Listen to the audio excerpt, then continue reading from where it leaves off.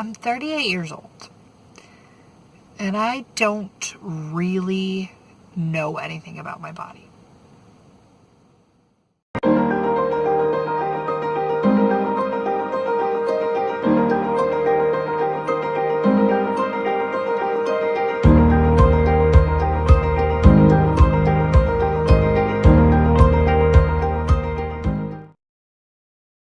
Start off by saying I apologize for the video in the car. I know that a few of you have mentioned that you don't like it when I do videos in the car, so I apologize for that, but I needed a quiet place to do a video, and I have a little bit of time before I pick up River from school, so here you go. Hopefully you'll hang out with me for a little bit. So today I want to talk about something that I kind of touched on in the last video that I scheduled about we went to go get tested for Irlen syndrome, and there will definitely be more videos about this in the future, so just hang tight for those. And I will do another video talking about the boys' experience and why we got them tested, but I wanted to talk about myself for a little bit. So I've always been a weird kid. I've always had quirks, I guess, and it's just been who I am. In the 80s, things like Asperger and sensory processing and all these things were not things that were part of our vocabulary, were not part of our world. So I was always just a weird kid, and that was okay. I was in the gifted and talented stuff, so I was always on the smarter end of things, and I think a lot of it, my parents thought that it was just because I was really smart, which led to being kind of quirky. So yeah, then in my early 20s, I wanted to have a baby, and I spent a lot of time trying to do that. It took me almost 7 years to get pregnant with Jackson, and so my life was focused around trying to have a baby.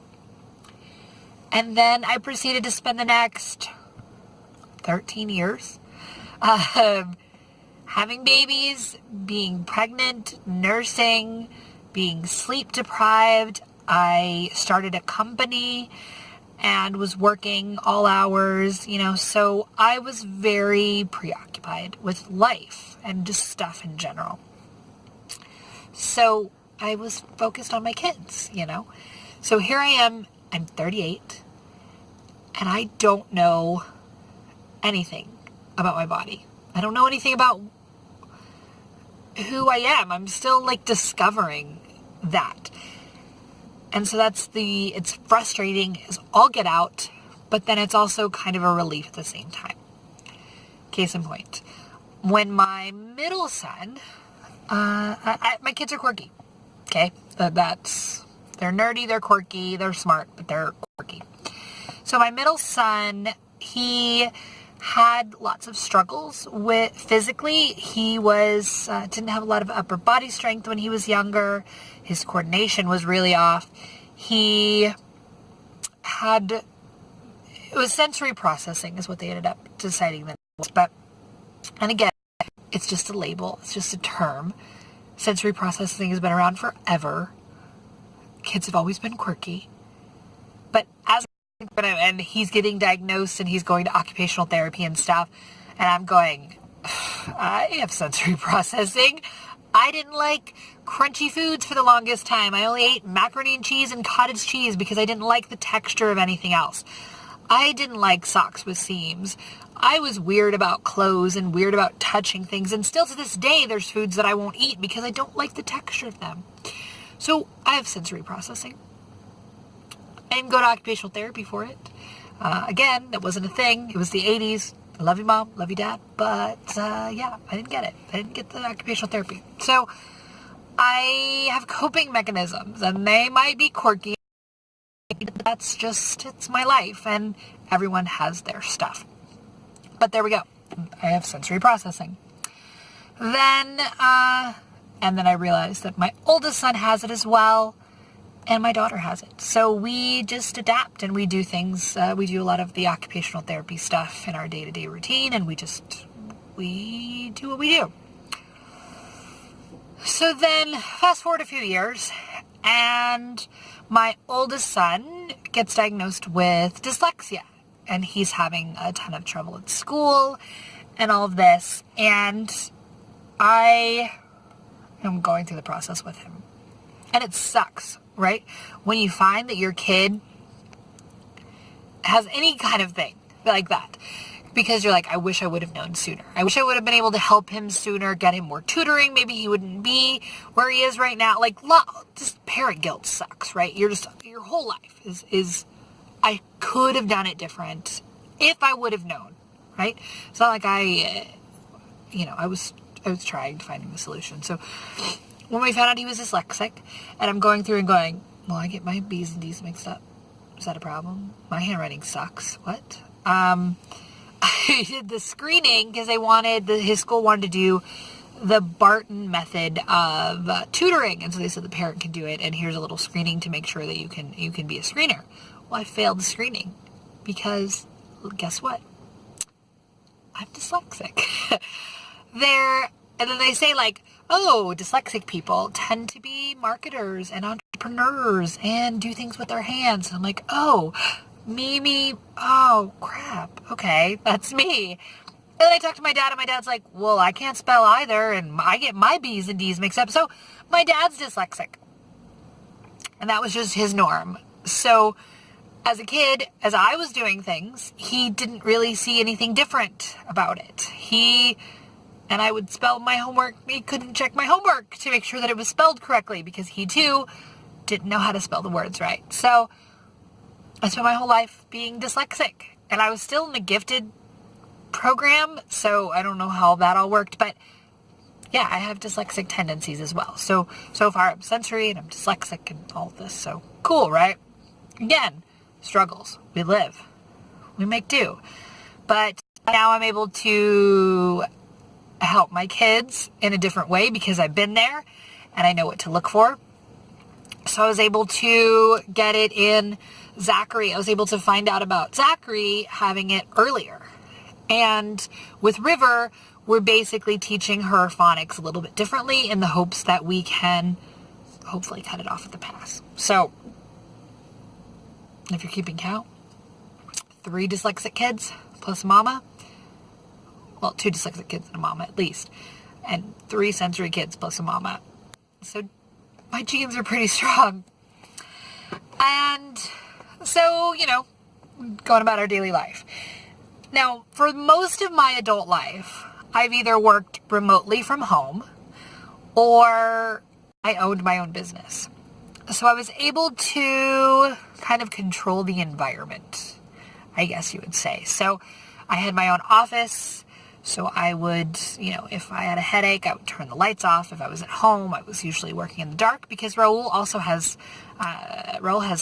light sensitivity. So we've always kind of had our house dark, I guess. So this third quirk of mine has been a new one. Not a new one. It's always been there. But again, I was so focused on other things that I never stopped to kind of think about how I was personally feeling or what I was experiencing. So I have always had sinus headaches. I've had surgery for it, and I have had lots of sinus infections and stuff. And so my sinuses ache. I get migraines all the time. Sometimes I won't even be congested, but my forehead constantly hurts all the time. All the time. I have a headache now. I have a headache pretty much all the time. And I live with it. It's my norm to the point to where it's almost numb sometimes. And I just have learned to go with it. Never really thought anything of it. I thought this was just me and this was my sinuses, and then I've always had allergies and sinus stuff, and that I would always have headaches. So that's just been another kind of one of my things. So then I started working in an actual office. So cubicle, fluorescent lights, all of that. And this is the first time in my adult life that I have been in an office setting.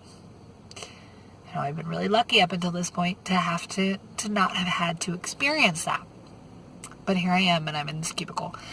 And I'm noticing the past 8 months that I've been there, I'm getting a lot more headaches. And I have trouble focusing. And I was like, man, maybe I just need to get my eyes checked. Yeah, I don't know. But lots more headaches. And then I would go home in the middle of the day because I had to pick up River from school, and I would be so tired. And I'm like, there shouldn't be any reason for me to be tired. I got enough sleep. I'm eating vegan now, and that makes me feel amazing most of the time. But I'm tired, and my eyes have been watering a lot.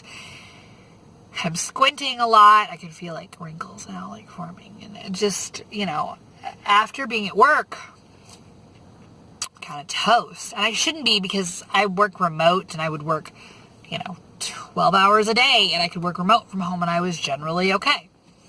But suddenly at work, I was now toast being in an office. I don't really think anything of it, okay? It's just, I don't know, getting old, maybe, right? So, headaches, eyes watering, and then somebody mentioned, in regards to the kids, that I should get them screened for Irlen syndrome. And so that I started into the rabbit hole of that. And that, it basically, and I'm still trying to wrap my mind around it all, but it's that your brain is processing light differently. And so you use filters, so they will give you tinted glasses and overlays that you can put on paper and things. And that it helps you basically with the headaches and stuff like that and all of these things. And then I start reading further, and it's like, here are some of the symptoms. And then I'm reading the symptoms going, wait, that's not normal? That's not a thing? Like, normal people don't have that? So if I have trouble making eye contact for extended periods of time, my eyes start to water. And it hurts almost. And so it makes me a little Asperger-y, maybe. But again, we just always thought it was quirky. So when I try to make eye contact for long periods of time, my eyes will start to hurt. Being outside, obviously, eyes hurt. Fluorescent lights will hurt. I get headaches, which I think are actually not mostly sinus. They've actually probably been eye headaches, and I didn't realize the difference. I'm 38. Don't know my own body, y'all. So, yeah. What else do I have that's weird? If I look at a paper, so black and white print hurts my eyes, and I have trouble keeping my place. So I'm 38, and I have to use my fingers sometimes to make sure that I don't lose my place in the book. Or if I'm copying something from one page to another, I have a real hard time remembering where I was at from one page to the other. I have, sometimes the letters will glow. So the white on the page gets really bright, and it will start to glow and kind of pulse.